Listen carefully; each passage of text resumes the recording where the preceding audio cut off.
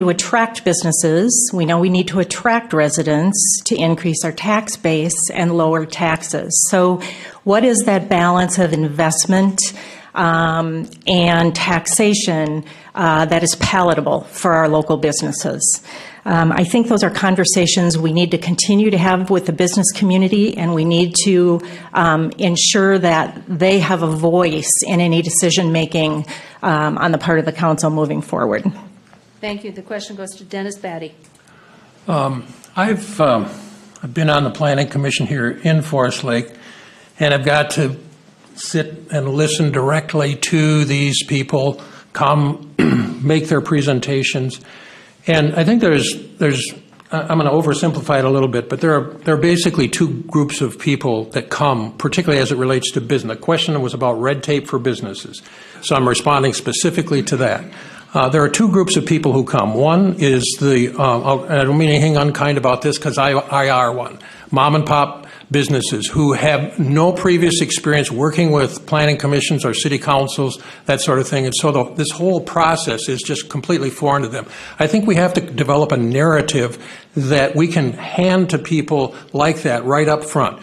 The larger businesses, whether it be chain restaurants, whatever, franchise operations, they're used to doing this. They clearly understand the process.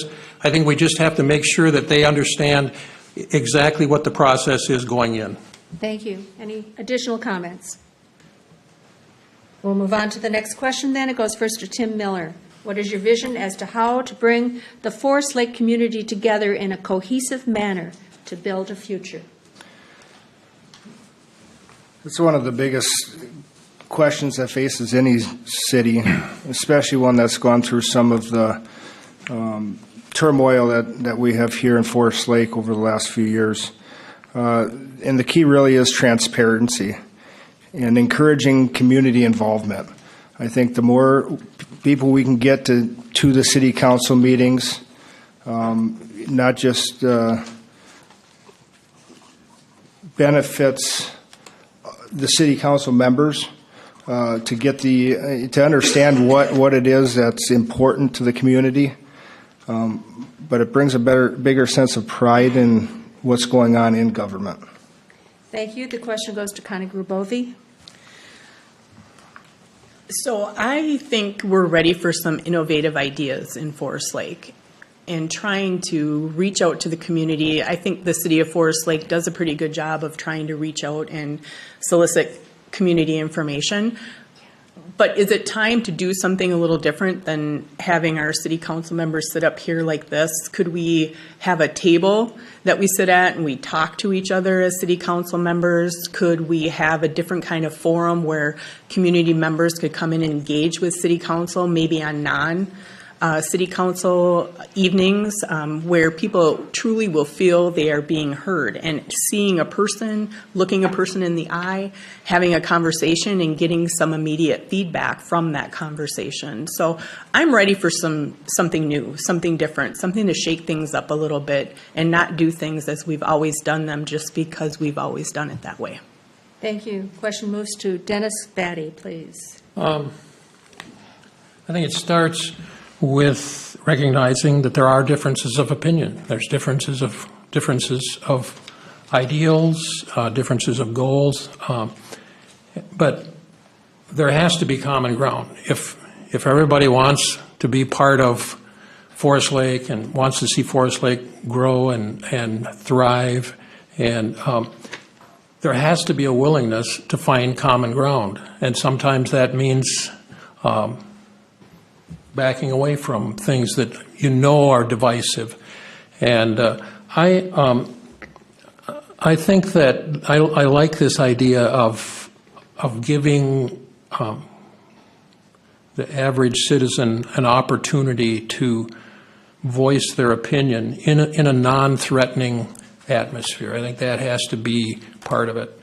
And I think it's possible to do that. I think that if we're willing, we as a council are willing to be transparent, we can find common ground. We would be willing to give opportunities for people to express their opinions. Thank you. Question goes to Kathy Bystrom. Well, I firmly believe that the citizens of our community are our number one asset. And I think we need to engage them authentically. And I agree with, I believe it was Connie Grabovi who said we need to get out from behind this desk right here. We need to recognize that we're not only policymakers and that we have a job to do up here, but that we are also ambassadors for this community. I think the trust and transparency issue is one that needs to be addressed, and it needs to be addressed quickly.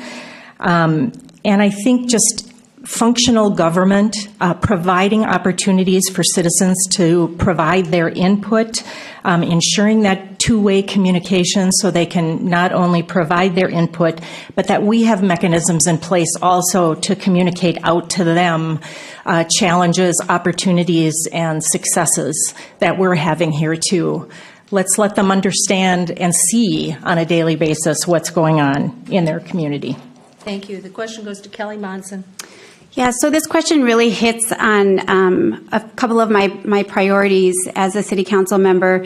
And really, to start, it's around transparency in government, our decision-making processes that needs to be open to the community. And when tough decisions are made, you need to be able to stand behind those decisions as council members with the research and the data of why you be able to explain to residents why you made the decision that you made.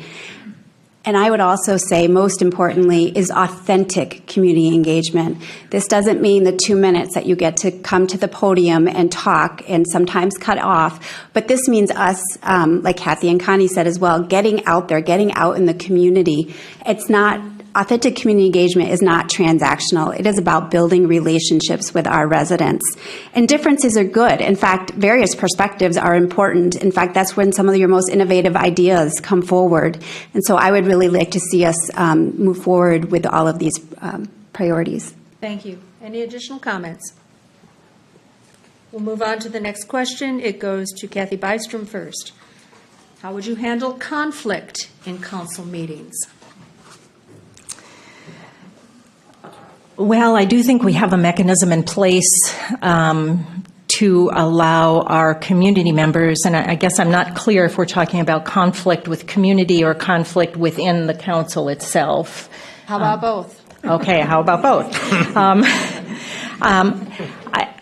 I think we have to listen to understand, first and foremost. I think sometimes we get so caught up in kind of our own agendas or kind of the business of the day that we listen to respond rather than listening to understand. We have to really try to hear what is behind that conflict and sit down and have a conversation about it. Conflict resolution can most definitely be a challenge, but again, I think with that open communication and two-way communication and opportunities to come to a point of understanding will certainly mitigate some of that conflict we may have, either with community or within our council. Thank you. The question goes to Kelly Monson. Yeah, so I would say conflict with community and within the city council is respectful communication for both. That is so important. And I would also say, as a council member, needing to hear both sides and withholding judgment until you hear both. Excuse me. Sorry.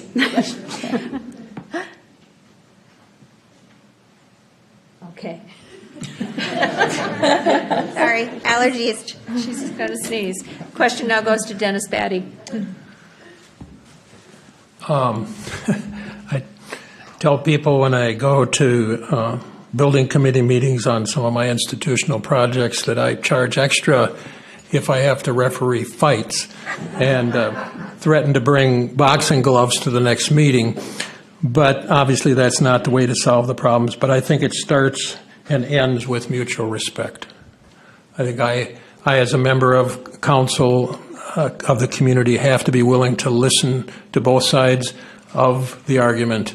And even if the decision goes against what I think there has to remain mutual respect. Thank you. Question goes to Tim Miller. I'd agree with that. Respect is first and foremost.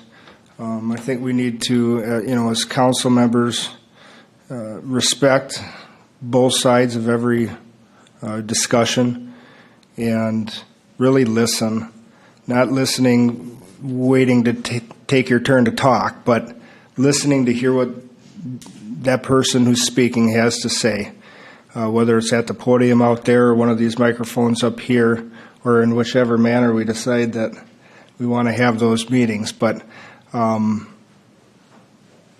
people of the community, in my opinion, are the biggest assets. Some of the best ideas come from them, and we need to be willing to listen. Thank you. Question goes to Connie Gravovi. So conflict is never easy and it's never fun. And I personally, as a nurse, don't like conflict, but I'm put in a position every day where I have to manage conflict amongst people, families, patients, people that don't agree with maybe the track I'm taking. Doctors are nurses are huge conflict mitigators between doctors and other providers. But what is my mission in the moment is what I would take a look at in a conflict, is what are we here to accomplish? What do we need to get done? And how can I hear what that other person is trying to communicate? What is their background? Why are they so passionate about what they are coming here to do, whether it be a fellow city council member or somebody that's addressing the city council? And try to get that old-fashioned concept of let's sit down to the table, have a cup of coffee, and at the end of it, let's agree to disagree maybe, but let's shake hands and walk away mutually respecting each other and understanding that we each have our position. Thank you. Any additional comments? Yes, Kathy. I would like to echo that statement about underneath that conflict. I think underneath conflict is some root cause issue. And I think it's important for us to really get to the root of that issue. Unless we get to the root of that issue, we are not going to have resolution. Thank you. Anyone else? We'll move on to the next question. It goes to Tim Miller first. Public services have been lacking in recent years, plowing, street work, etc. Are you in favor of increasing the public works staff? In short, if that's what's needed, I'd first like to look into why have the services been lacking.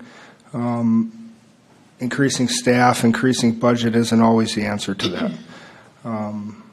If that turns out that it's solely because the city's grown out of the positions that are there, then I would not be opposed to it. But most importantly, we need to find out what's lacking, what's the most important, and figure a way to solve that issue in a fiscally responsible manner. Thank you. The question goes to Kelly Monson. Yes, the very first question I would ask would be why. Why is this happening? Conversations with city employees on why roads aren't being plowed or roads are not being maintained. I think we also need to make sure that we have a long-term plan for our infrastructure, for our public works department. And sometimes staffing isn't necessarily the answer. Sometimes it's really taking a look at our efficiencies and effectiveness, doing different processes. I've done lean and kaizens and looking at, are we making the most use out of what we have before we go ahead and add more? Thank you. Question goes to Kathy Bystrom. Well, I would agree with the perspective that I think just automatically adding staff isn't necessarily the answer. I think we need to do a root cause analysis in that situation and take a look at the existing processes that we're using for effectiveness. Maybe unearthing some potential efficiencies in the way things are being done. Order of street plowing, for example. With that said, I also believe that we need to be sure that our city is equipped with what they need, resource-wise, to get the job done and meet the needs of the residents. Thank you. Question goes to Connie Gravovi. So I have had an opportunity to meet with several of the city leaders, and at this time, none of them indicate that they have staffing issues that are a real red flag for them. So that would lead me to believe that there has to be a mechanism in place to address specific citizen concerns. So in one of the Meet the Candidates in the Park recently, a citizen came forward and was pretty upset because he said that he has come to the city or has emailed or made phone calls multiple times about a particular issue in reference to his road. So he felt like he's not getting a response to his particular concern. So one of the things, we need to ask people how they would like to be responded to. But thinking outside of the box a little bit, is there a way that we could, his answer was to, how come somebody couldn't just get in their car and come out and look at the problem right now?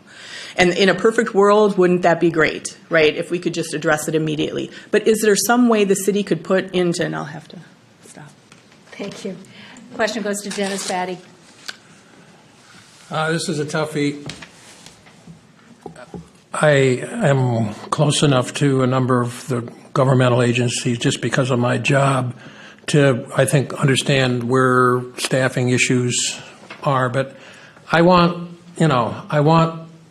Forest Lake to look nice. I want the roads to be, in good repair.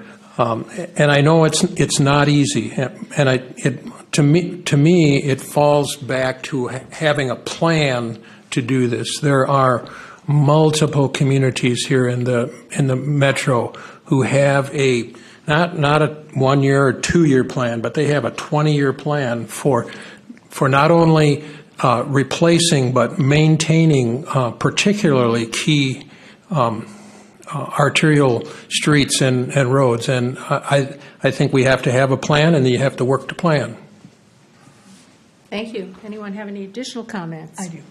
Yes, Connie. So to finish my train of thought is that thinking simple is having a sheet that somebody could sign up on having a problem like a plowing issue, a street issue, street light issue, something that maybe during the course of the next 10 business days, somebody from the city could take that log or that sheet, go out, meet with that person quickly, address the problem, and immediately provide some feedback within 10 days to the person that was having the concern or the issue. Thank you. Anyone else? Additional comments? We're going to move on to the next question. It goes to Kelly Monson first. What would you do to keep taxes low? So for me, taxes, it's really not about spending more or spending less, because that's a non-starter with the conversation. It's really about smart investments. We must engage the residents in discussions around keeping taxes low. One of the things that we need to do for sure has to do with economic development. We need to be attracting more commercial businesses in order to increase the tax base. I also think there's actually so many things that you could be doing that are related to taxes.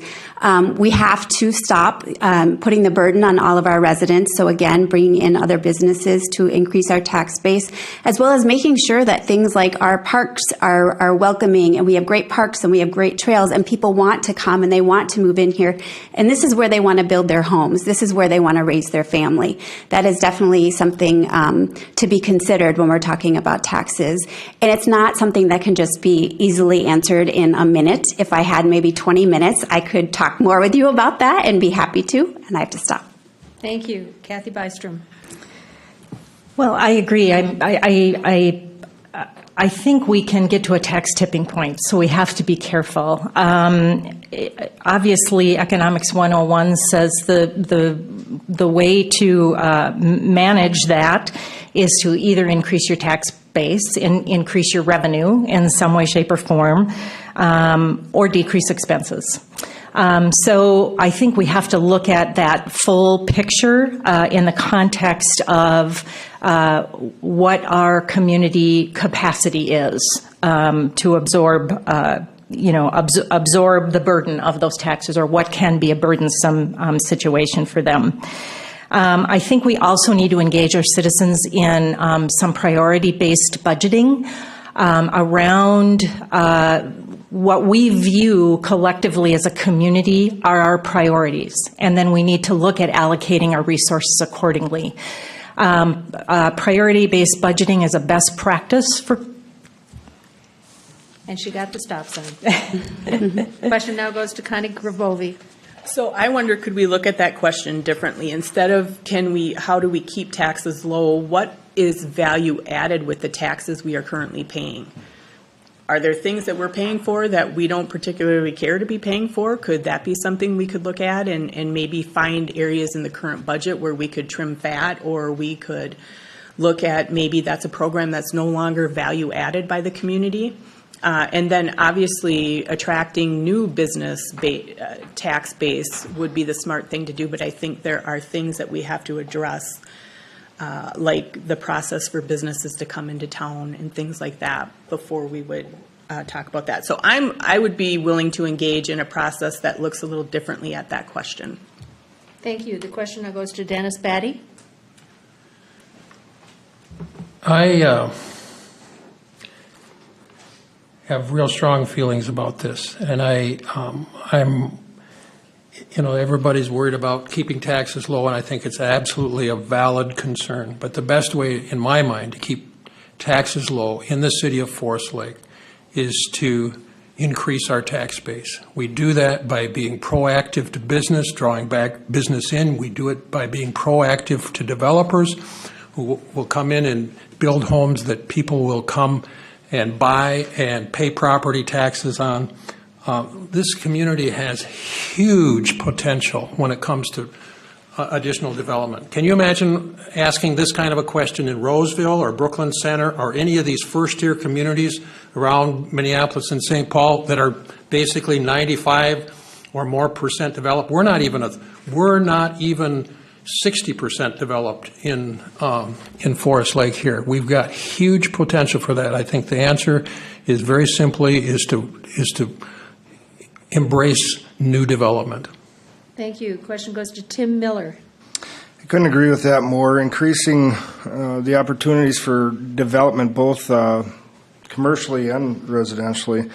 I think we need to do that by making the city an attractive place to bring in families that want to live here for the obvious reasons that we're all here, and really make that a main focus, is to look at where we're going to develop and encourage that growth to increase the tax base.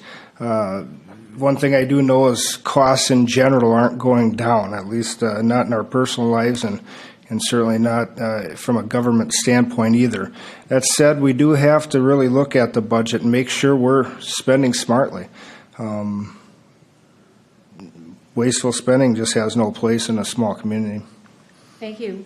Does anyone have any additional comments? Yes, Kelly. I have one. I just want to agree with Kathy about the priority-based budgeting. And we keep talking about looking at the budget, but budgets really aren't that sexy. And a lot of people probably aren't going to the city's website and reading about them. So is there a way to do a narrative budget to really educate people and show you where your tax money is going? I think a lot of people would be surprised at what it pays for. Thank you. Anyone else? Kathy Bystrom.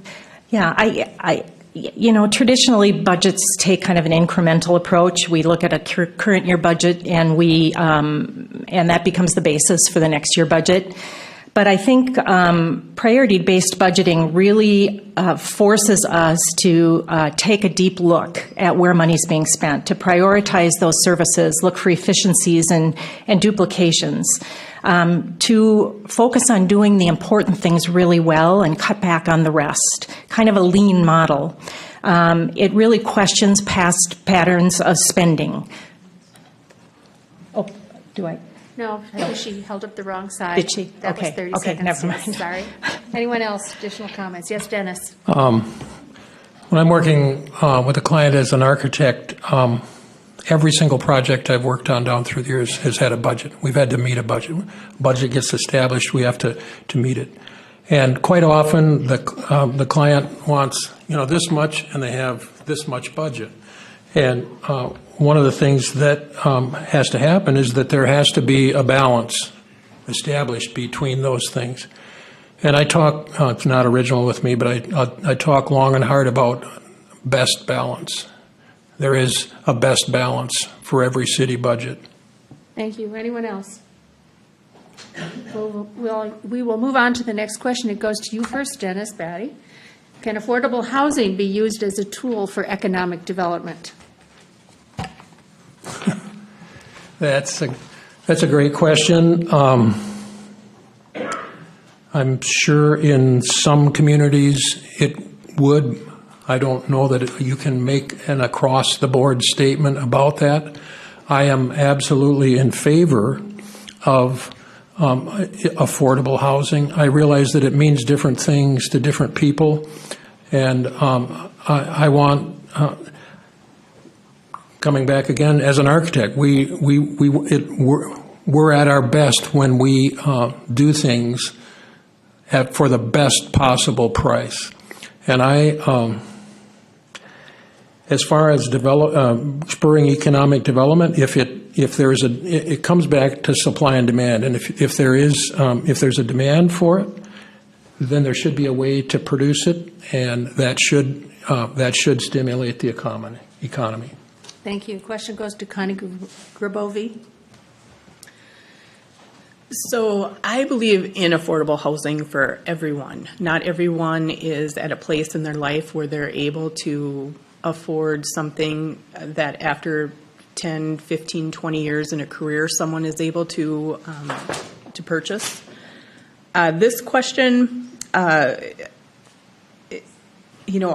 housing, I think, like has been stated previously, can bring negative connotations. But as a nurse, currently I work with people that are on medical assistance, and they all need a place to live. And they don't need to live in the worst place in the community. So people's health and other things all are based on their environment and other factors. So I believe affordable housing is important. Can it be used as a tool for economic development? I guess that's a debatable thing. I don't know much about spurring economic development from affordable housing. But as a nurse, I'm a firm believer in affordable housing. Thank you. Question goes to Tim Miller. I think it can be one of many tools. I think affordable housing is important. Everyone needs a place. I think it encourages business growth as well by adding to the population. That said, I think all types of housing are important. I don't think we should focus just on one thing. I think executive housing, mid-level housing, I think the demand for it will be there in all aspects. So I don't think it's the only tool, but it is a tool. Thank you. The question goes to Kelly Monson. So I do believe that affordable housing is a way to economic development. I think first we need a variety of housing and a diverse mix of housing. There is a group right now, there is a housing task force that has just turned into a group called Prosperity Now, and Prosperity Front Door, I'm sorry. And there are actually recommendations out there that address this very issue. And it's businesses coming together with philanthropy and government and talking about how to make this happen. And this is exactly the thing that Forest Lake needs to get on top of. And they need to bring this group out there and talk to our businesses. This is also where we need to be looking to our regional partners and our state partners. But I do believe that affordable housing is something that is very much needed and something that we can work on here in Forest Lake. Thank you. Question now goes to Kathy Bystrom. Well, when I think about the fact that your housing costs should be typically 30% of your budget, no more than that. And if you are, working in a lower income or a lower paying job, you get up into the range of 45% of your income ratio for housing. It's going to not afford you the opportunity to have those discretionary dollars to spend in the community and where you're living. So in terms of an economic development strategy, I agree that we need a mix of housing. We're seeing an aging population. Seniors are going to be, the baby boomers are going to be retiring in droves. And I talked to many of them that look around our community, and can't find anything in the range where the equity in their home is going to cover that cost. Thank you. Does anyone have any additional comments? Can I just finish that thought? Absolutely. The equity in their home is not going to cover their costs. They're going to have to take out some additional loans in order to be able to downsize, get into a single level slab on grade. When they are living on a little bit more of a fixed income at that point in time, it's going to be very difficult for them to spend or to have the discretionary dollars to spend elsewhere in the community. So we need to look at this broadly. Thank you. Anyone else? I have one Yes, thing. Sally. I just wanted to touch on the point that Kathy talked about our aging population. We're living longer. People are staying in their homes longer, and we need to make sure things such as our zoning codes are meeting what people need to the way that they are living now, and that is something that we also need to look at. Thank you. Anyone else? Dennis?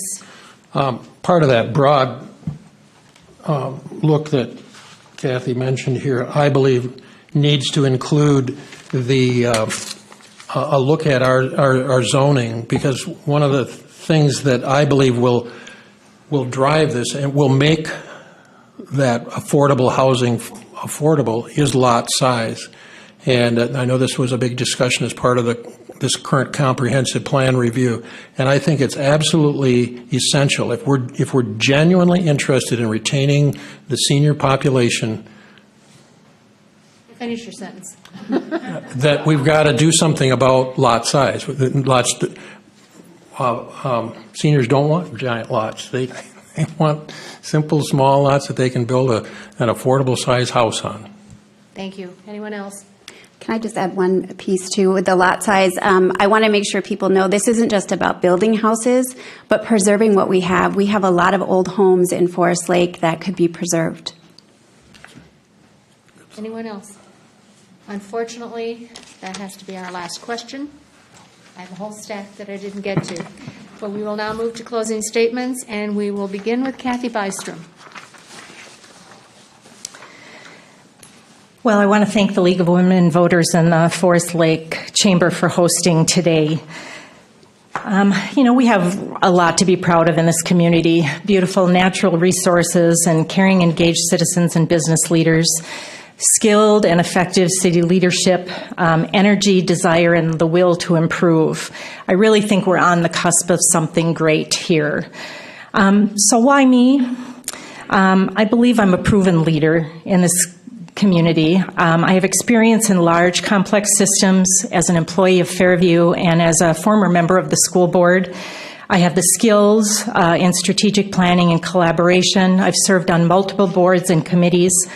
But most importantly, I believe that I'm a principled leader. I'm not coming into this with any personal agenda. I've got nothing to gain in this role, simply the passion and the purpose to make things better. For these reasons, I respectfully ask for your vote on November 6th. Let's move Forest Lake forward together.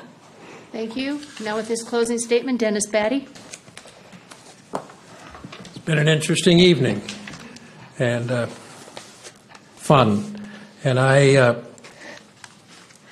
got no flowery statements to make at this point. I'm passionate about what I do in my profession. Those who serve on the Planning Commission with me will confirm the fact that I tend to get passionate about the things that we consider there. And I'm passionate about being involved in city government here in Forest Lake. I'm not using this as a jumping off platform for something else, because this is it. I want you to vote for me. Thank you. Now with the closing statement, Kelly Monson. I would like to thank everyone again for this opportunity tonight. The questions and conversations have been thought-provoking and engaging, and I firmly believe that this is the way that we do local government, is to hear directly from the citizens.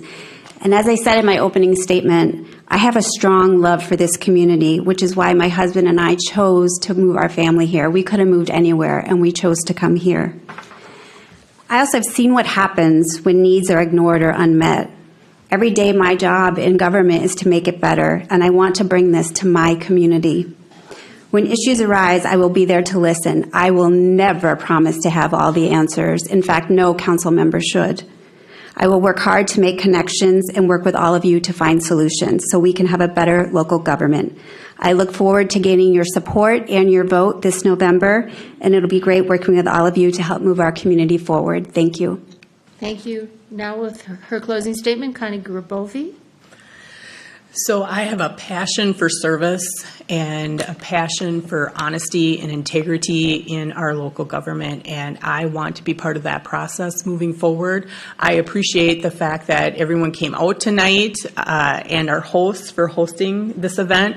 I ask for your vote, but more importantly, I ask for the opportunity to meet with each and every one of you that are willing to sit down and have a conversation with me about what your ideas are for our city and about how you think we can move this city forward, because in my experience, we have a lot of experts in the community, and it's your voice that's important, and we simply would be a representative of your voice at City Hall.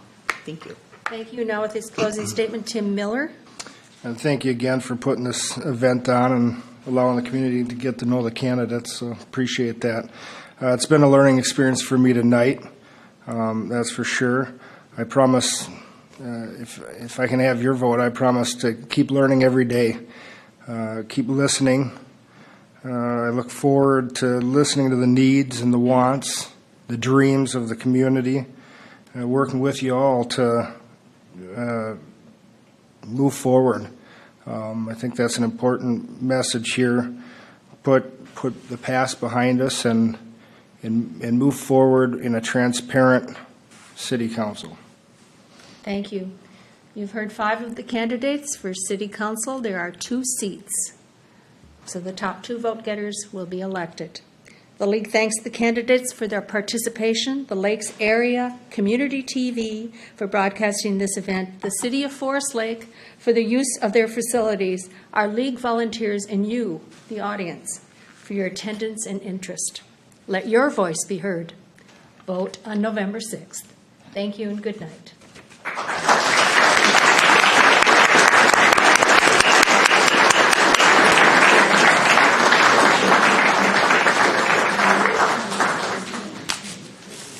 Thank you all.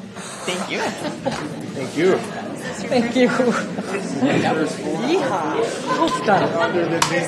first one, yeah, that's why I was like, oh, that first question coming to me. Very I good. don't speak much publicly, and No matter how prepared you are, when the Yeah. question comes, it's like stammer, stumble. you know what, That's not what matters. I think what matters, and I said that today, and it's learning to learn the content. Sure.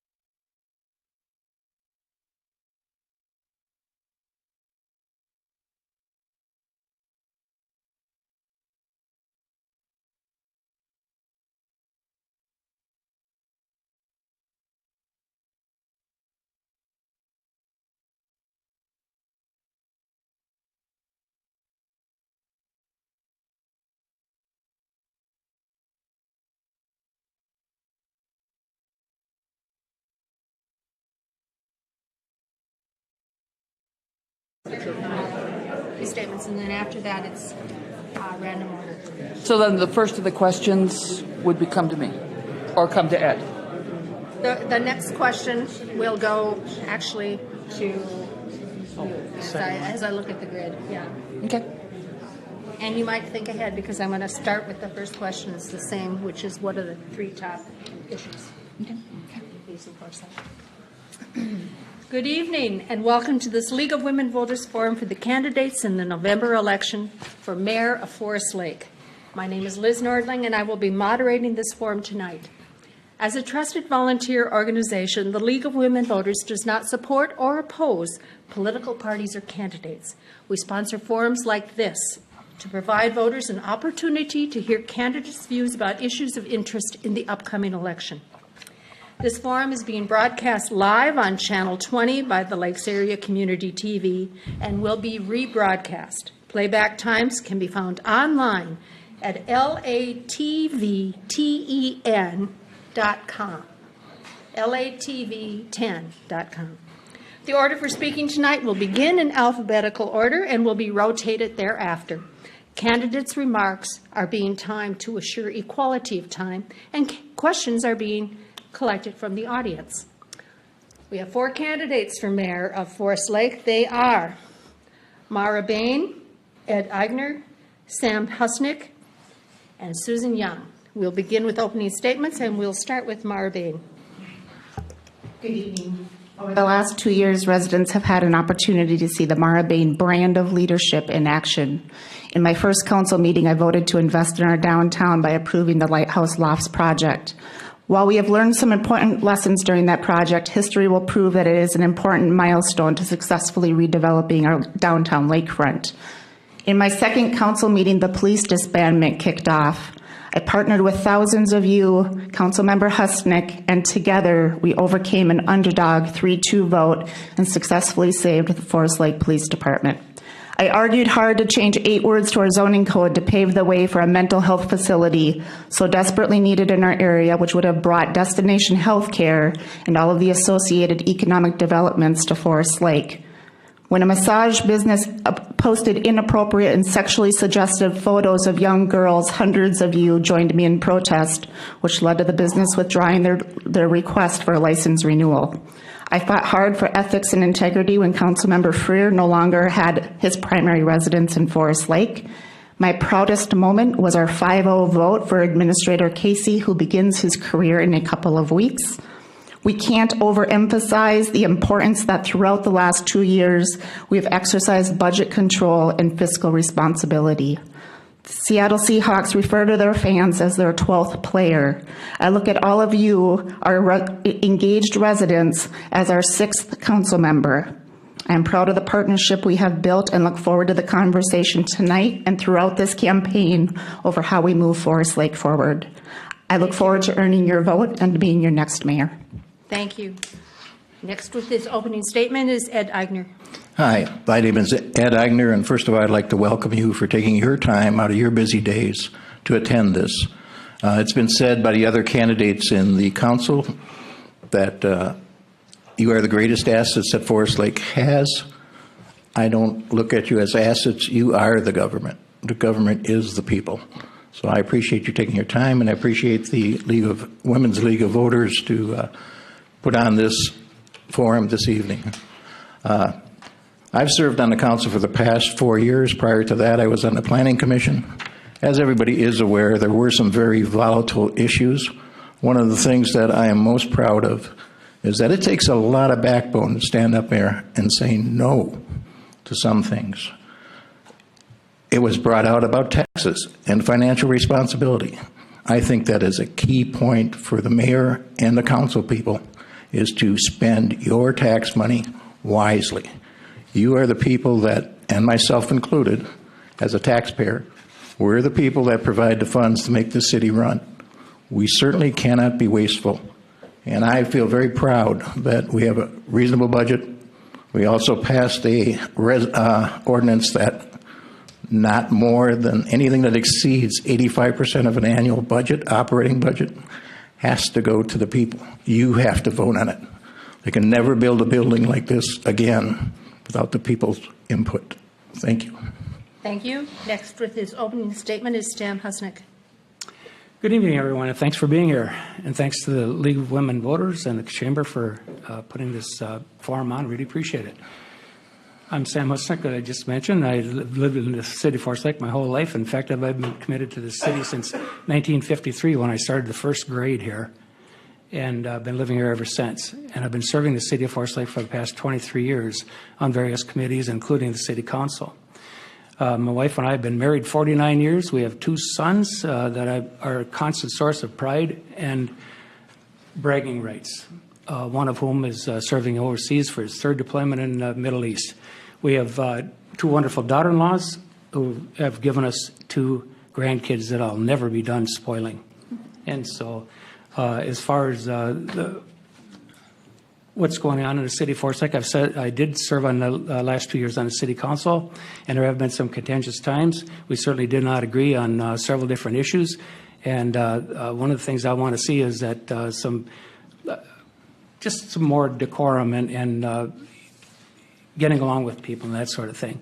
And we have and to remind ourselves that we are public servants. We're nothing more than public servants, and so that's I want to be your mayor, and I can accomplish that job for you. Thank you. Thank you. Next with their opening statement is Susan Young. Good evening. Thank you for being here. I also want to thank the Lake Area Chamber of Commerce and the League of Women Voters for sponsoring this evening. And I am so happy to see lots of you here. This is a cool thing. I moved to Forest Lake in December of '91. I live on 20 acres south of 97 and east of Keystone. I volunteer in lots of community organizations, and I served on the city council for 12 years. My vision of Forest Lake is a vibrant community that families and businesses choose to call home.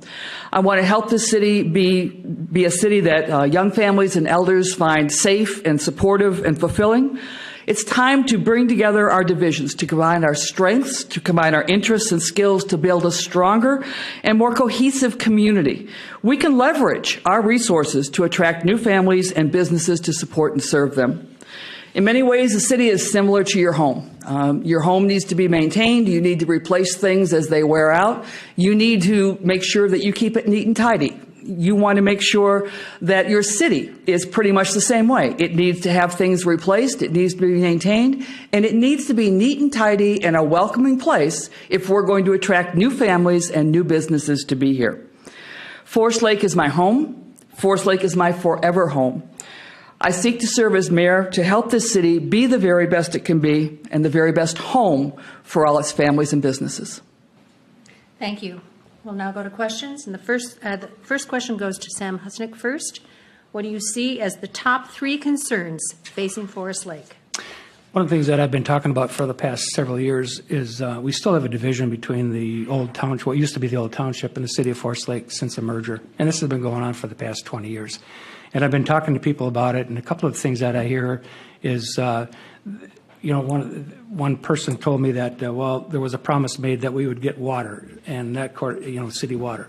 Others are concerned about the roads. We have about 30 plus miles of gravel roads that need to be dealt with. And so those are all issues. Other issues that I hear is that they weren't being served as far as the first responders, not seeing as many cops and that kind of thing.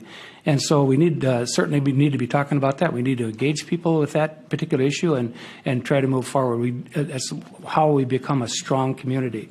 The second thing is going along with that was any infrastructure that we need to be working on. And of course, that goes, I did mention it just a second ago, are the gravel roads are the biggest thing, but we have to keep up with other infrastructure issues.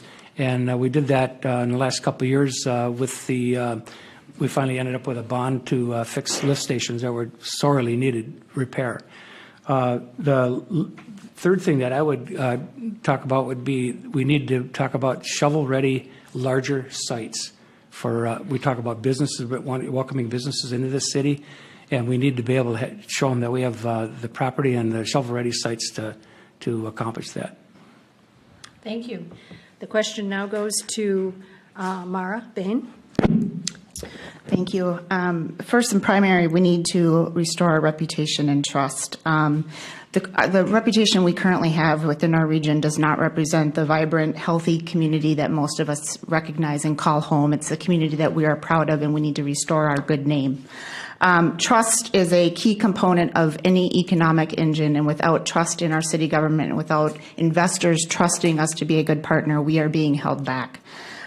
Second, we need to rebuild some relationships and increase transparency. And one of the first and primary things we need to do there is we need to get away from these 3-2 votes. We need to have a commitment to a decision-making model that is inclusive, and we need to have commitment as leadership that we're going to continue to do the hard work, and we're not going to move forward until we have something beyond a 3-2 vote. We have swung and ping-ponged back and forth on a number of key issues, and it's done nothing but create divide and division. And that's going to take a lot of work. It also is going to take a lot of patience, and we need to all recognize that there's many voices at the table. And then ultimately, we need to make sure that the city is doing city stuff. There are key things that the investor community can do, and there's key things that only the city can do. Only the city can provide for transportation and key infrastructure. And we need to make sure that we have taken care of that and that we're being planful for the future, both in how we're going to develop and also how we're going to maintain that long term. So we need a financial model that is going to build that and is going to, again, recognize how the city is doing city things. Thank you. The question now goes to Susan Young. 3 things that I see as most important are to enhance the livability of the city, to maintain and develop our infrastructure, and to engage the community in community and volunteer efforts. When I talk about enhancing livability, Connie mentioned that one of the gentlemen that came to our candidates in the park event was very upset that when he mentioned to the city and told the city that ordinances were not being followed in his neighborhood, grass wasn't being cut, junk was all over front yards. That's a livability issue, and he was concerned that those issues were not being addressed. What's right for my 20 acres out on a dirt road is not the same standard that you would expect in a townhouse development, but livability, wanting to be here, having a place that you feel comfortable in, that's a key issue. Maintaining and developing our infrastructure. If we're going to grow, we're going to need to extend our infrastructure, but we need to do it cost effectively. That means extending the infrastructure to meet growth and planning ahead. Engaging the community in city and volunteer efforts. No, I'm not the Energizer Bunny, but I am engaged in a lot of community volunteer activities that really bring people together. And I think, quite frankly, I'm too old to be coaching community ed soccer anymore, but I would like to engage parents to do that. I would like to have elders mentor high school kids. I would like to have more people participate and be honored to participate on our city commissions. Thank you. The question now goes to Ed Agner. Yes, as has been already said by 2 or 3 of the candidates, infrastructure is my number one thing. In the past, we've had developers come here, and they would like to have what Sam had mentioned, a shovel-ready site. That means they need sewer, they need water, and they need roads. The question always comes, who's going to pay for that?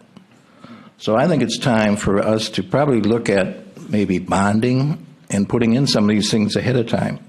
I grew up in New Brighton. There was next to the Long Lake Park over there, it was just green space, very much like the land around our airport. And it sat that way for the 20 years that I was there.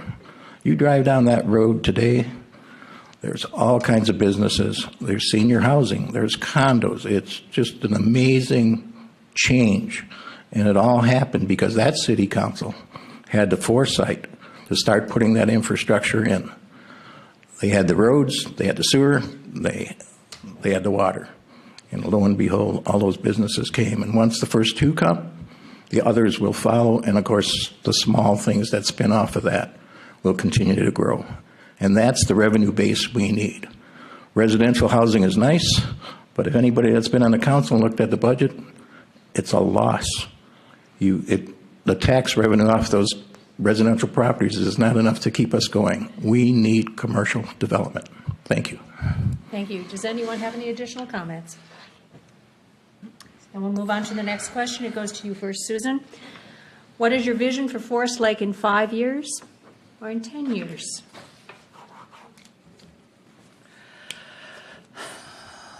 In 5 years. In 5 years, we are going to be a community that people value, that people want to live in.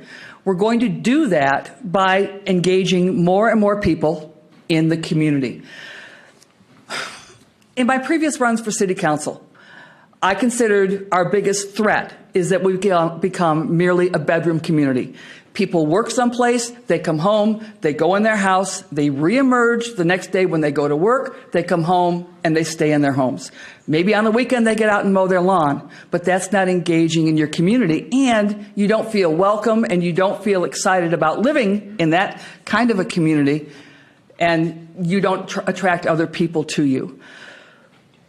I am looking to be the role model and to be use the bully pulpit of the mayor's position to engage more people in the community. That means seeking out opinions, seeking out their volunteer efforts, asking for their service, and then respecting and honoring that service. In 10 years, we are going to have a much more robust community. We're going to extend further down 61. We are going to have a new mix of businesses and communities. We're going to have more services. We are going to be infilling the city and growing as we are less of an exurb and more of a suburb. I think that the investments that the state and the county have made in the major roads will be echoed by the city. Thank you. The question now goes to Ed Eigner. Could you repeat the question, please? What is your vision for Forest Lake in 5 years and in 10 years? Okay. Well, I'll give you the 5 years because that obviously comes first. I think right now we are on the cusp of just an explosion of development. We're that close because the inner city is being developed. They're going to have to come to us because we've got the land, we've got all the facilities that could be developed. I also think we have amenities right now that no other community can offer. We have a lake that is just gorgeous. Other than, I don't know if you go to Minnetonka, someplace like that, maybe they can brag better. But I think Forest Lake can be very proud of its assets. The lakes, we have, Clear Lake, Forest Lake, Shields Lake. Other communities can't offer that kind of environment to live and recreate. So that we have a lot of things going. 10 years from now, after these, and I presume that we will entice some large businesses.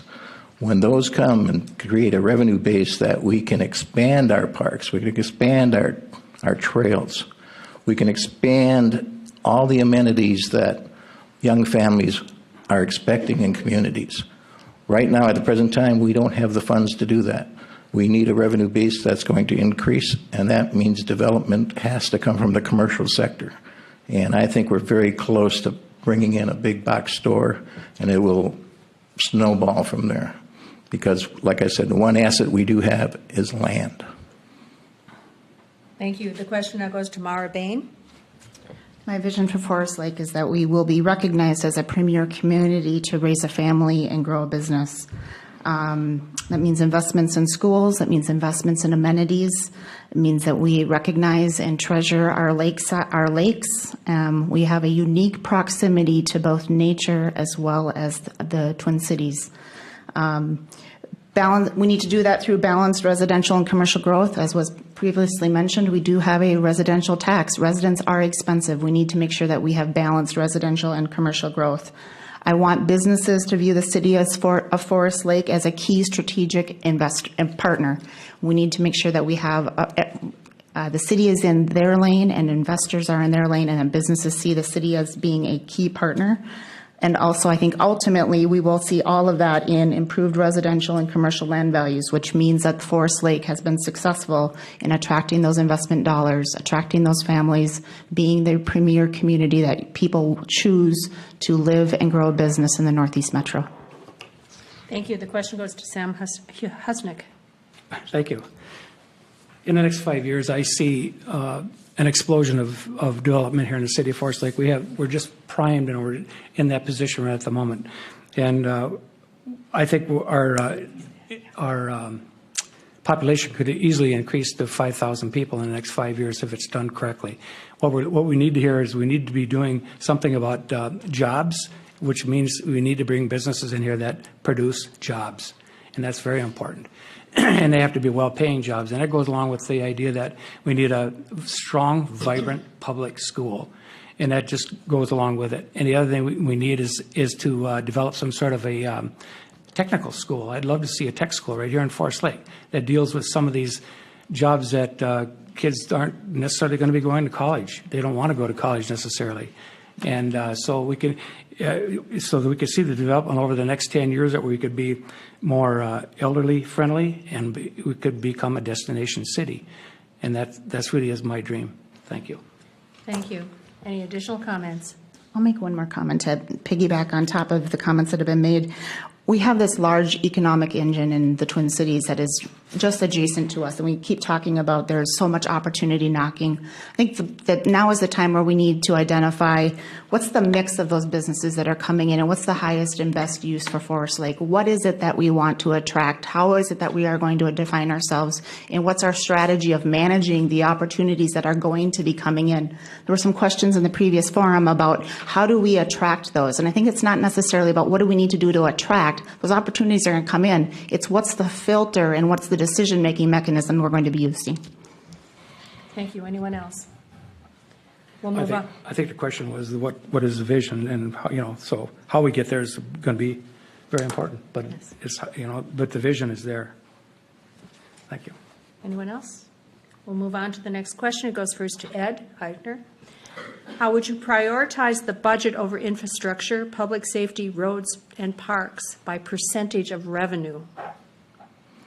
Well, seeing as I already made the statement that my number one priority would be infrastructure, I guess the percentage of revenue would be highest there. I can't speak to is it 30%, is it 40%? We have certain commitments in our budget right now, 55 to 60% going to public safety. So then when you just start doing public works, there isn't that much discretionary spending left in our budget. So I'll go back to what I alluded to before. I think it's the time to plan, maybe to bond for infrastructure, because I don't think you can pull it out of the general budget. It's just not there. It's certainly not in the sewer fund either. A lot of the sewer fund has been depleted for Fenway Parks. So the only place to get additional revenue, if it's not going to come from taxes, you'd have to bond for it. You'd have to borrow. And I think borrowing, there's nothing wrong with borrowing. We borrowed for lift stations. If you're borrowing for the right future, it'll take care of itself. You'll easily attract the business that will pay for that interest cost on that bond that you may have to float to get it in here.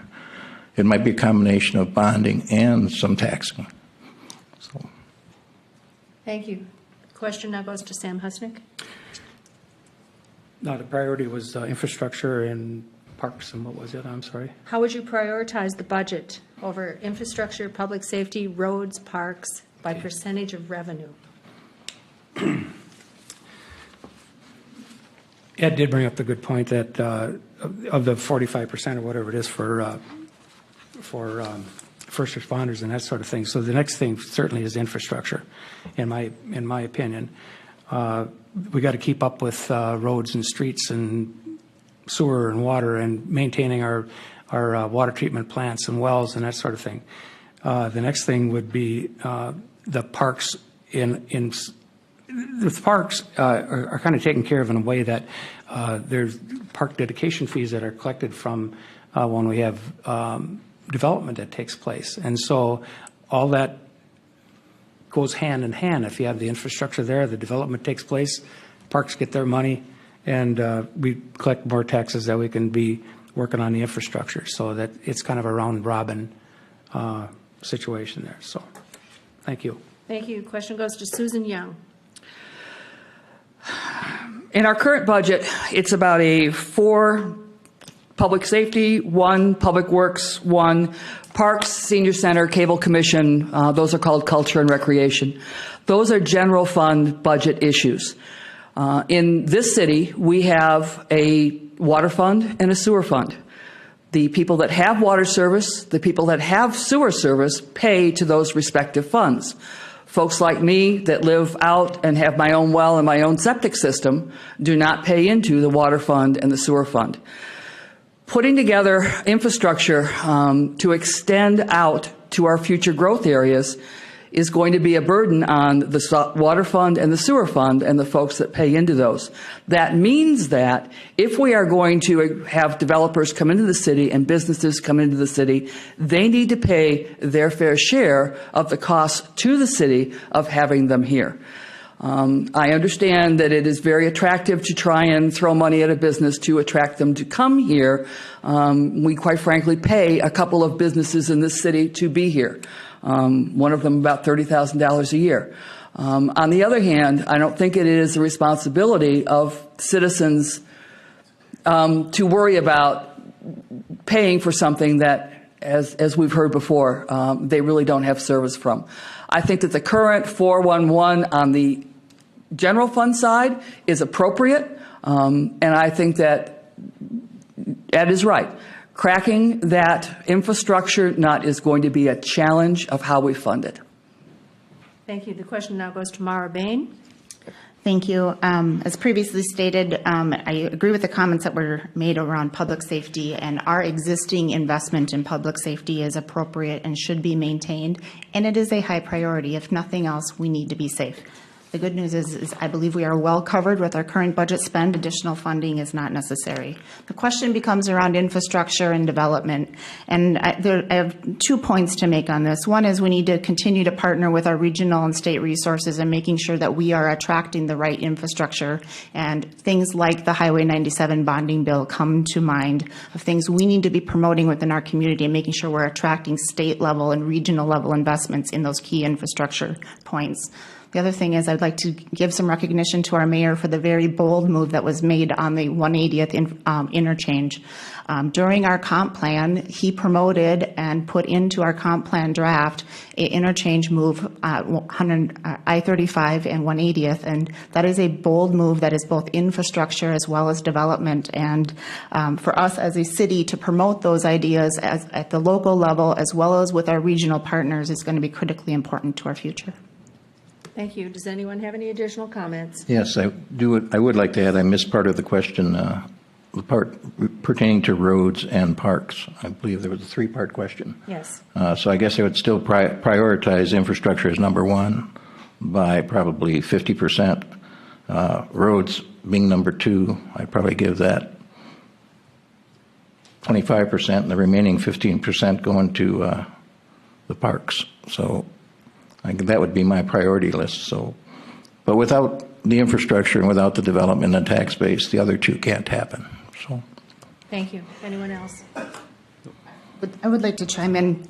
I didn't excluded from my comment any comment on parks, and I think we need to have a conversation about what is the appropriate level investment in parks and how are we funding that. We've gone both ways. We had a very broad park plan that was developed about 4 years ago, and then we switched directions and we flipped to the other direction, and we've gone to entirely private investment on parks funded through development. And I think we need to have a conversation around what is the right level of parks and then how are we going to fund those.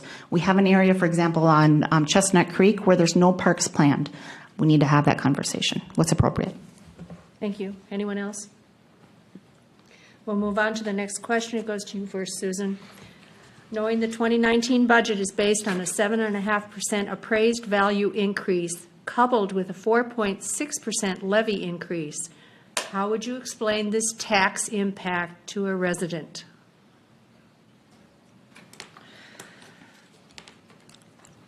A levy increase means that the entire budget of the city is increased by a certain percentage. That is not the same as saying that the taxes on your home are going to be increased by that particular percentage.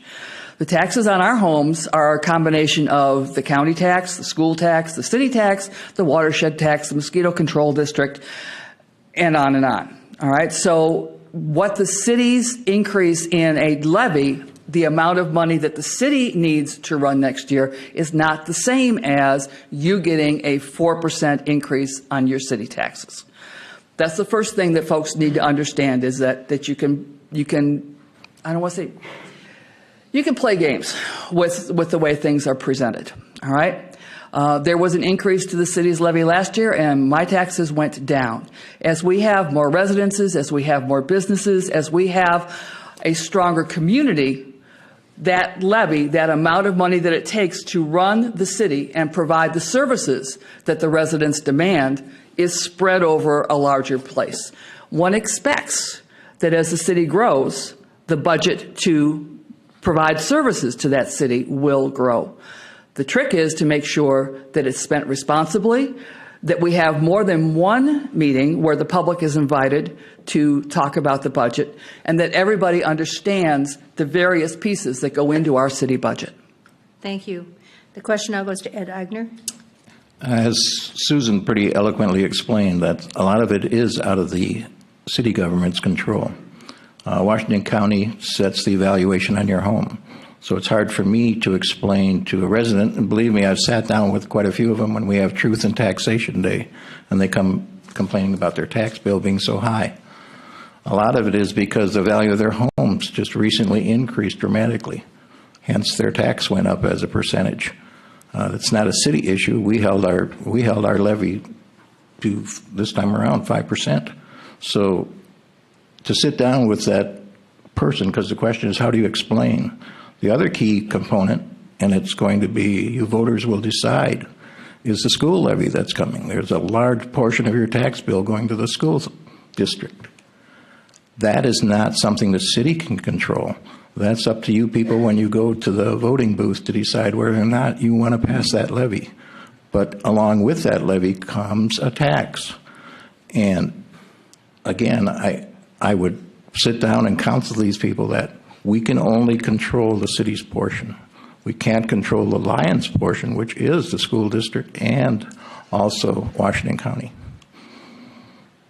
Thank you. The question now goes to Mara Bain. Thank you. I think it's critically important when we're looking at overall taxes that we're looking at not valuation percentages and not growth percentages and levy percentages, but you have to talk about dollars spent. At the end of the day, what are the dollars spent this year versus last year? And that's going to lead you to the appropriate conversation, not convoluted by what's happening with property taxes. The other thing we need to keep in mind as leaders is we need to exercise severe budget restraint in years where we do have rapidly escalating property taxes, and we have that happening right now. I believe my personal property taxes last year went up by 20%. There is huge levy room if we have city leaders that aren't operating with budget constraint. There's potential opportunity of those property taxes going up significantly, and that's why we have to have the conversation not based on percentages but based on dollars. Start with dollars, and that's going to lead to true spending, and we can make the appropriate decision independent of what is happening with property taxes or property valuations. Thank you. The question goes to Sam Husnick. Thank you very much. And again, Susan really did explain it quite well, and Ed hit on it, and Mara did. Is the whole thing really boils down to what we can control at the city level, and what's happening with the county and so forth in the school and whatever. On our basis, our taxes stayed about the same this past year, and I think that we're probably only looking at about a 2 or 3% increase here for the city of Forest Lake for the city portion. So even though that these levy increases are taking place, the tax dollars that we just got done talking about remain pretty stable. And I think the council up to this point has done a very good job of keeping those numbers as stable as possible. Thank you. Thank you. Does anyone have any additional comments? And we're going to move on to the next question. It goes to Mara Bain first. How important is the relationship between the city and the school district? And do you support the levy in November? Great question. It's critically important. One is the school district is our largest employer in the city. Secondly, I can't think of anything more important than educating our children. And so as leaders, we need to have key relationships there, and we need to have a strong relationship. Access to tax dollars is so important, and we need alignment of strategy and alignment in how we are going to operate the city and educate our children. One of the things I also think is critically important for Forest Lake, and one of the things I love about Forest Lake, is we have a great diversity in education options. My children go to Leela. Other parents send their kids to North Lakes. We have a very strong school district, and that diversity and that competition is strong, and I believe makes us a stronger community. I do support the levy. I will take every opportunity I can to support this next levy. State funding has not kept kept up to date with what is needed to operate our schools, and our schools are at a deficit. We are at a critical level, and we're talking about what we want to be for a community to attract businesses and to attract families. You need to have a strong school district, and I feel like we are at a critical spot. Thank you. Question now goes to Sam Husnick. Thank you. I serve as the council liaison for the school board, so I've been involved with lots of conversation about this particular issue.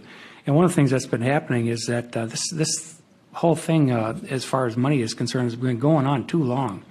And so now we've been kicking this can down the road to the point where there has to be something done, or our schools are really going to suffer. And the last time there was any kind of a levy increase at all was 2011, I believe. And so even though there's going to be some tax consequences that go along with that, I do believe in education. I do believe that this levy needs to pass, and I do support it. One of the things I've heard on many times is that if you think education is expensive, try ignorance. And that's exactly what we're trying to take care of here.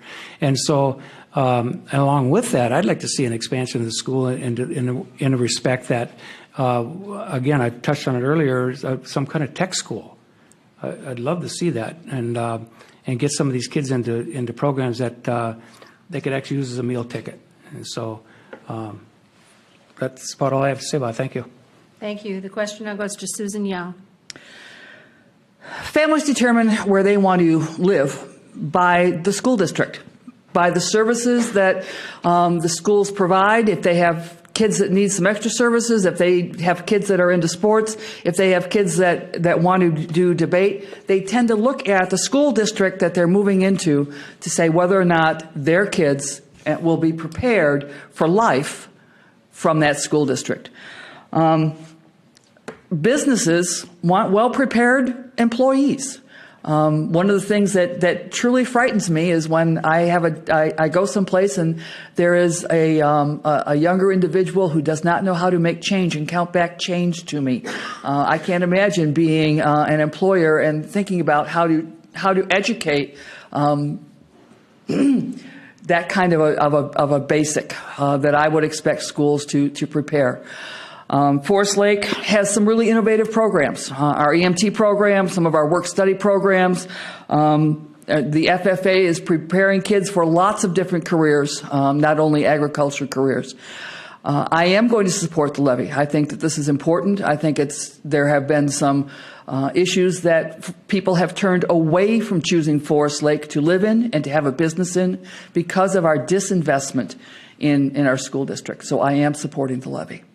Thank you. Question now goes to Ed Eigner. Well, this is a toughie. My reason it's a toughie is because I am running for mayor. Forest Lake is an independent school district.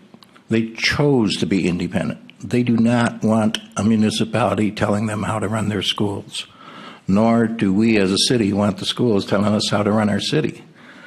So it's tough for me because as a taxpayer, I realize that as my property value goes up if we have good schools. We can attract business if we have educated people. So it's a double-edged sword.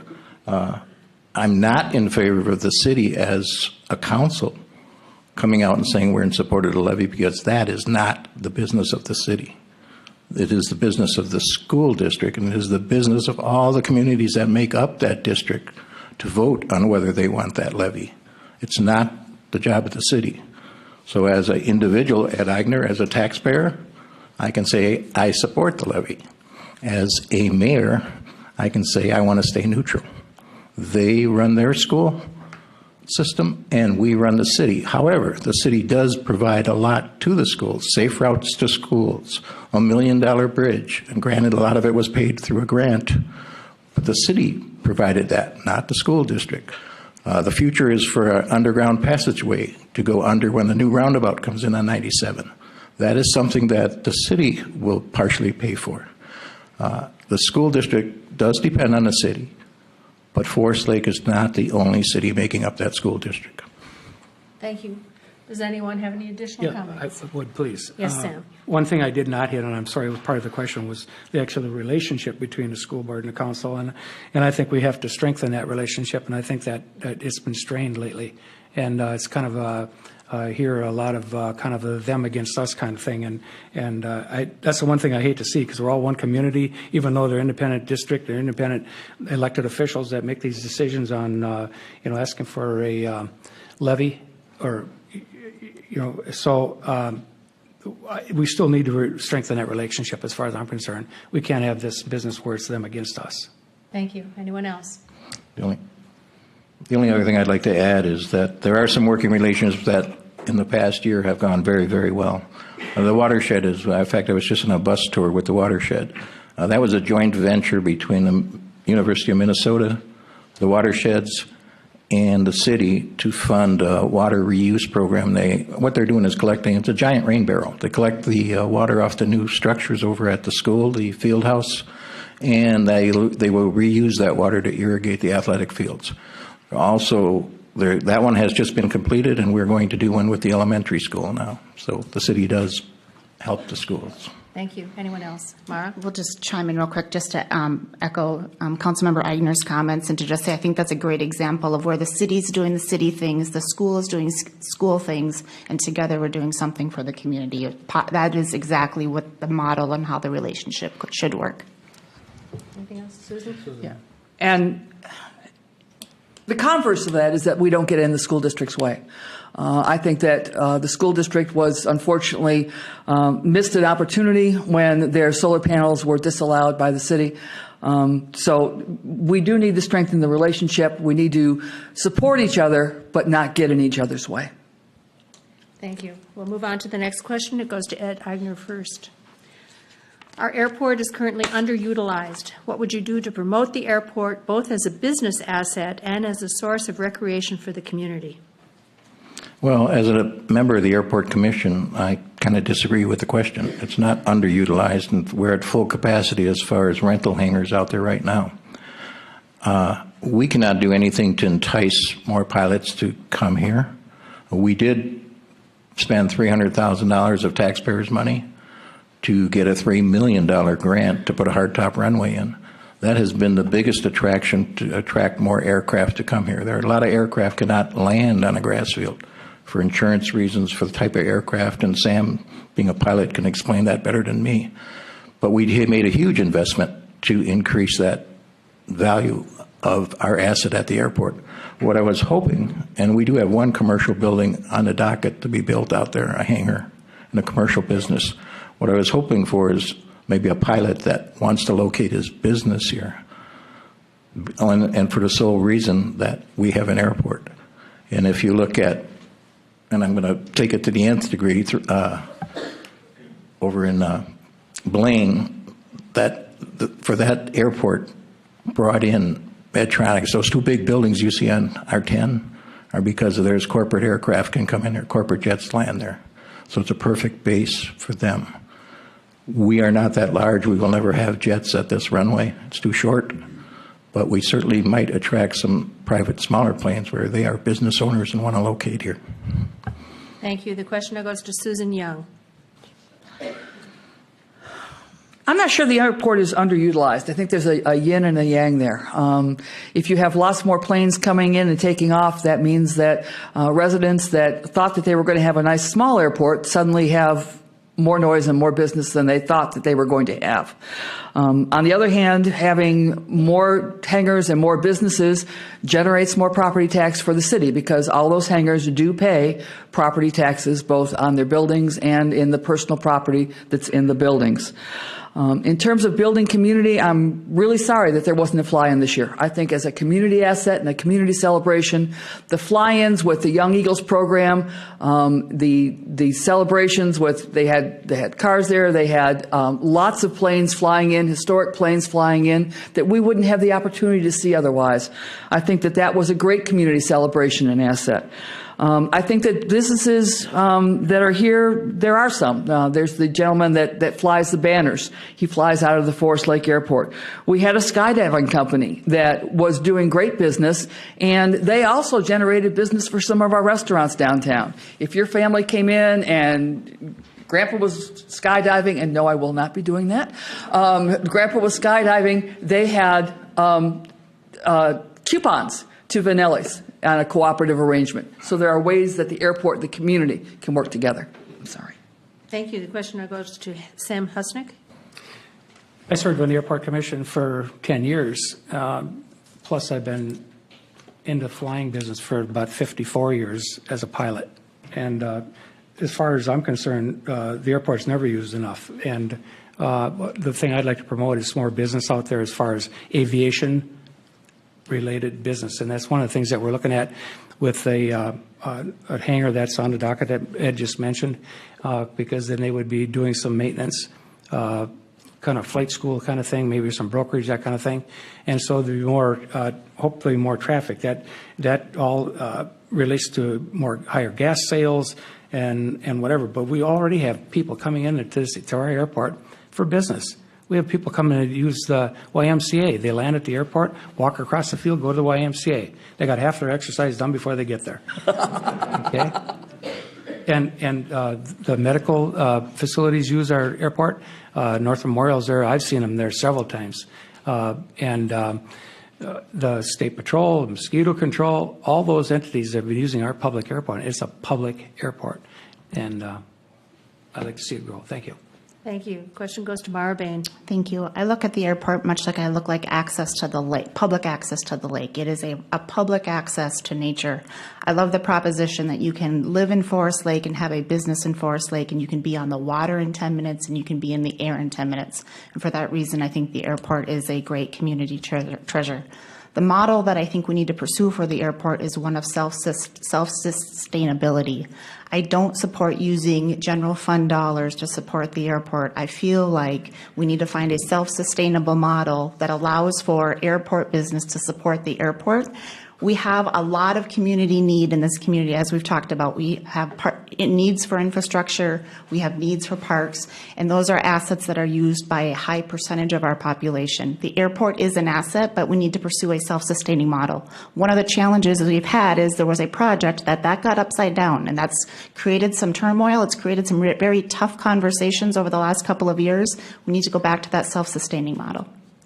Thank you. Does anyone have any additional comments? I do. I would like to add that we talked about the schools and the relationship of our community and the schools. I think our airport would be we have a very unique situation, and that would be a great facility to have an aviation training program associated with the school, where young people could come over, not learn just to fly, but learn about avionics. There's a lot of good jobs in that industry. So we have a facility that's unique, and we could kind of like piggyback on that and work with the schools to have a great program. Thank you. Anyone Yeah, else? I just Yes, want to add Sam. that, we need to treat our airport like for what it is. It's an asset, and it's a wonderful thing that some cities would love to have, and they don't, and we're lucky enough to have it here, and it's been there for a long, long time. And as far as what Ed just mentioned, I think that's kind of what these folks that are envisioning this new hangar, larger commercial type hangar in there, to do exactly that, those kind of things. So, thank you. Thank you. Anyone else? Then we'll move on to the next question. It goes to Sam first. How would you handle conflict in council meetings?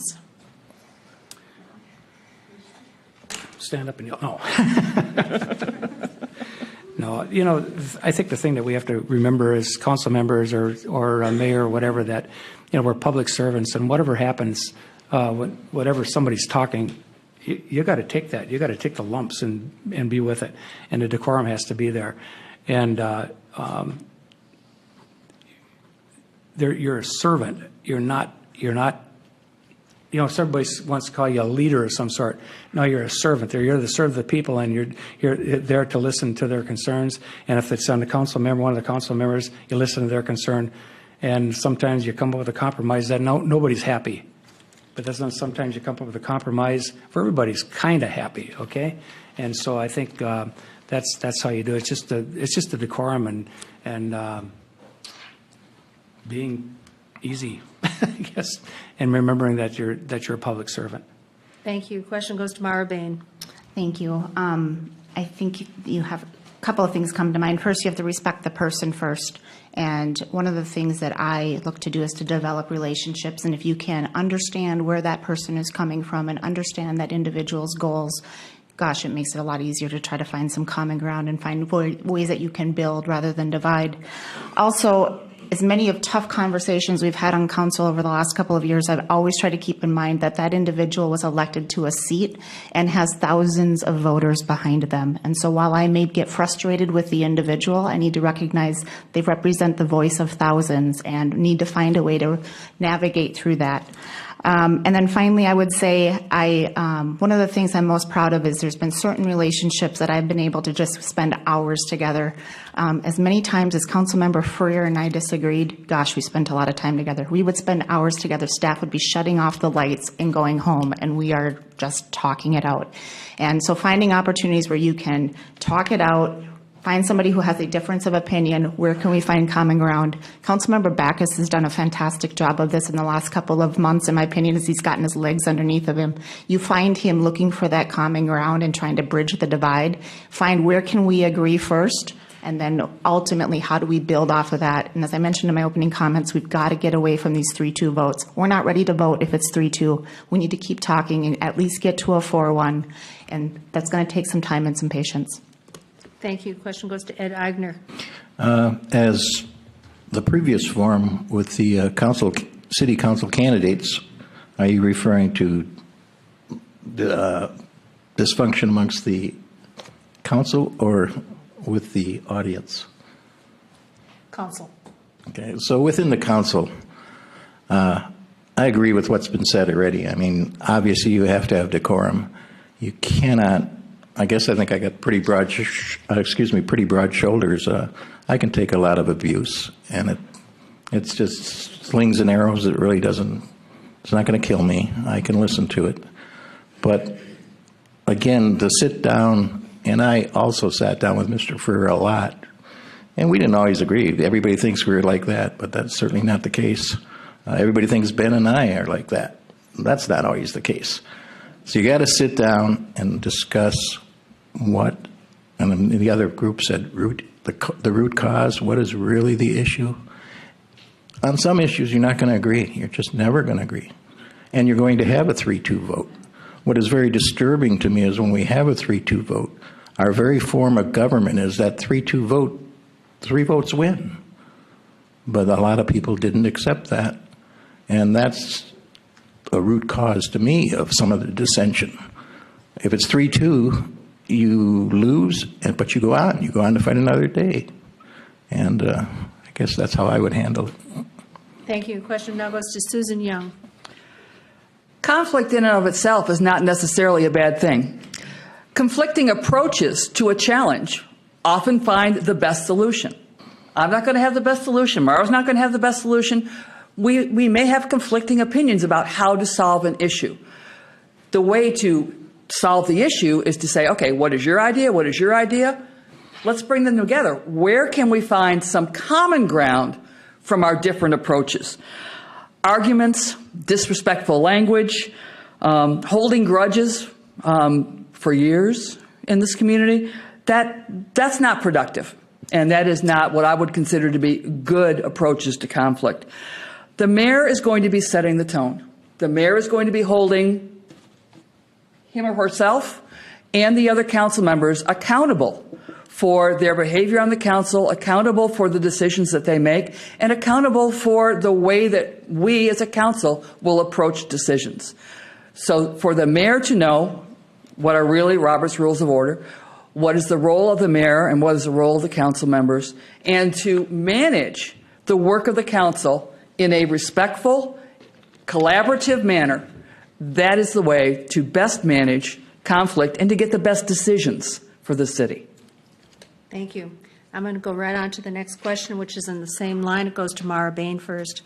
What would be the appropriate format for an amicable, open forum for citizens to speak?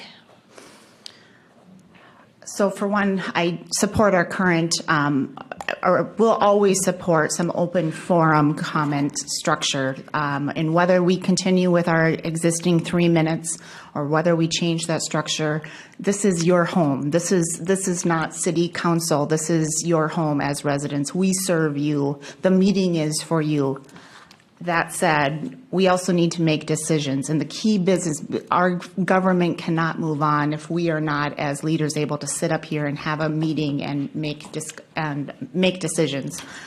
So we need to have a balance. I'm open to a conversation on do we change the current format. I will tell you my favorite point of every single meeting is that open forum comment period. That feedback is valuable.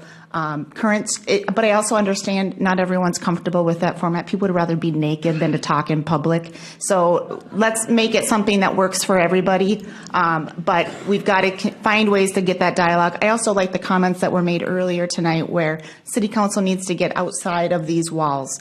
Structurally, that's challenging. One of my greatest observations and my learning moments is how little you're able to legally talk to each other as a board without it being an open meeting. Virtually, there's no conversation that isn't in an open meeting. So whether you are a resident or a council member, I think we all need to be a little bit more, open ourselves up to being vulnerable, open ourselves up to really expressing what's on our minds. Let's get to the root cause of whatever that is that's conflict and make sure that we've invited the right voices at the table. Thank you. Question now goes to Ed Eigner. Yeah, the public forum, if there was only 2 councils before I got on that they shut down the public forum. They did not have a public forum. They didn't allow it. And previous to that council, they did have a public forum. So when I was elected to the council, one of our initiatives was to reopen the public session before each meeting. I struggle hard with that session for a couple reasons. Number one, not always the people that come up here are respectful of the agenda and they're not speaking always to agenda items. Number two, a lot of the people that come up here, and here's where I struggle, they are loud, they're vociferous, they're not taxpayers of Forest Lake, they don't even live in Forest Lake. And that is very disheartening to a council member to sit there and listen to that. And because they obviously have a vested interest for another reason. But I struggle with, should they be allowed to speak like that when they're not even residents? Should we have that kind of confrontation from people that aren't residents of Forest Lake? The other side of the coin is Mr. Freer convinced me you need to listen to the public, whether they're residents or not. The other side of that coin. But as far as me solving it, I don't have a perfect answer. But I would like to have if I were mayor, I would start a citizens commission. Because it's very difficult to sit up at that lectern and talk to us like we're the Supreme Court and open up. Some people, myself included, don't speak very well, as I should, in front of public groups. I can speak much better one-on-one, and I would definitely have set up a system that we could do that. Thank you. Question goes to Susan Young. I was first a council member with Mayor Daninger. And at that time, Mayor Daninger had the open forums at the end of the meetings, but there was an open forum. He impressed on that council that this is a $13 million business and that what was being conducted was a business meeting. After that, while I was on the council, the open forums came to the beginning of the session. Without a time limit, and sometimes those discussions or those presentations went on quite a long time. I think that having the 3-minute session at the beginning of the forum is very important. However, I think that it is also important that once that is over, that comments back and forth between the council and the audience during discussion of specific topics do not assist the work of the council. And so having sparring back and forth between the audience and the council during the work portion of the meeting is not as productive. What's more productive and a better way for the council and the mayor to get information is for us to be in the community more, for us to be very visible at Arts in the Park, to be very visible at all the community meetings, to be very visible at events like the Youth Service Bureau is having an open house. those comments. That's where we'll get honest, very good comments. Thank you. The question goes to Sam Husnick. Thank you. I absolutely believe in the open forum process that we've been using. The 3-minute thing, it comes, sometimes it runs over. I know Ben's let it, you kind of use each one as a individual situation. But the only issue about the open forum is not being able to answer some of the things that people ask, and simply because it's not on the agenda. Sometimes things come up that are brought up that are so-called facts and figures that aren't. And so I would just like to see more of an opportunity where you can at least get the facts and figures straight, and rather than just letting someone not know all the facts and figures. That's very, very important as far as I'm concerned, because you can throw it may influence somebody else that really doesn't know. And so the one thing that Connie Grabovi brought up in the forum for the candidates is just having a talk around a table someplace. I know it'd be pretty tough with an open forum, but that's the kind of meeting that I like to have, as a face-to-face thing where you can talk back and forth. And how do you do that without violating an open meeting law and all these other things? So, but I do believe in the open forum, and this is your council, this is your building, this is your city, and you should have your say in it. Thank you. That was our last question, and we'll now move to closing statements, and we'll begin with Ed Eigner. Well, we've covered a lot of interesting topics this evening, and I feel that my past 4 years of experience on the council, prior to that, the Planning Commission, that I am well versed in what the main issues going on in the Forest Lake community are. I also think I have, as I mentioned before, the fortitude to stand up, to be able to say no. It is so easy to give everybody the nice things, the nice, what we call, this is a nice to have. Everybody like me if I go along with that. But some things as an elected official you can't go along with. You also have to support the people that are afraid to get up there and talk. What are there, maybe 100 people in this room? Not even. There's 20,000 people in Forest Lake. I want to represent all of them, not just the people that come to the meetings, not just the people that the squeaky wheel gets the grease kind of thing. You have to admit there's a lot of senior citizens out there. We talk about tax increases. They're on fixed incomes. Maybe they don't even have transportation to come to a meeting. I want to represent everybody, and I hope you'll vote for me come November 6th. Thank you. Now with your closing statement, Susan Young.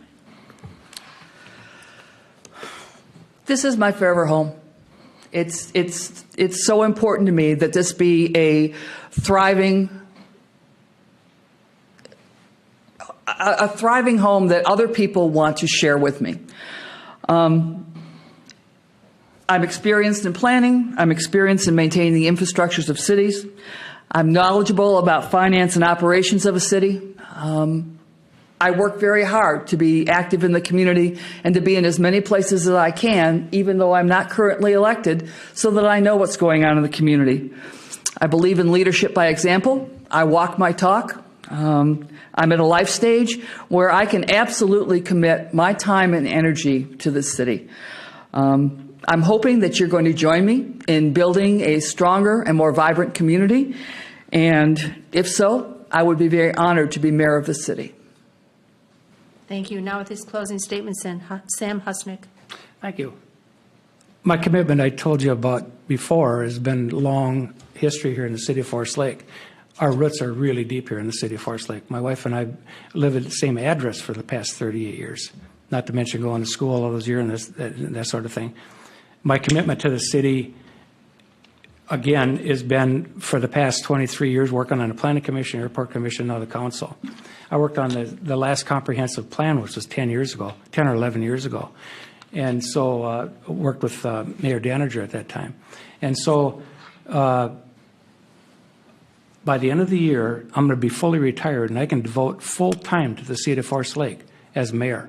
And I really appreciate your vote come November 6th. Thank you. Thank you. Now with your closing statement, Mara Bain. I'd like to thank all of you for joining us tonight, whether you're here in person or online, or you're catching snippets through the newspaper. Thank you. Thank you for doing your homework. Thank you to our host, the League of Women Voters.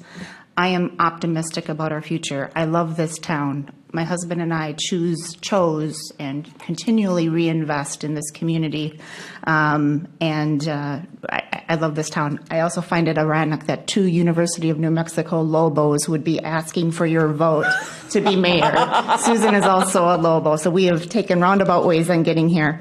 You have fantastic options in November. I am excited about the options on the ballot. I am accessible to a fault. Many of you say, and I've heard from many others outside of Forest Lake, I can't believe how much I know about Forest Lake, and that is because of my involvement over the last couple of years. That shows my leadership style. I hope I have given you some insight tonight on my vision for the future of Forest Lake, and I would appreciate your vote in November. The League thanks the candidates for their participation, the Lakes Area Community TV for broadcasting this event, the City of Forest Lake for the use of their facilities, the Forest Lake Chamber of Commerce for helping sponsor this event, and our League volunteers, and you, the audience, for your attendance and interest. Let your voice be heard. Vote on November 6th. Thank you. Good night.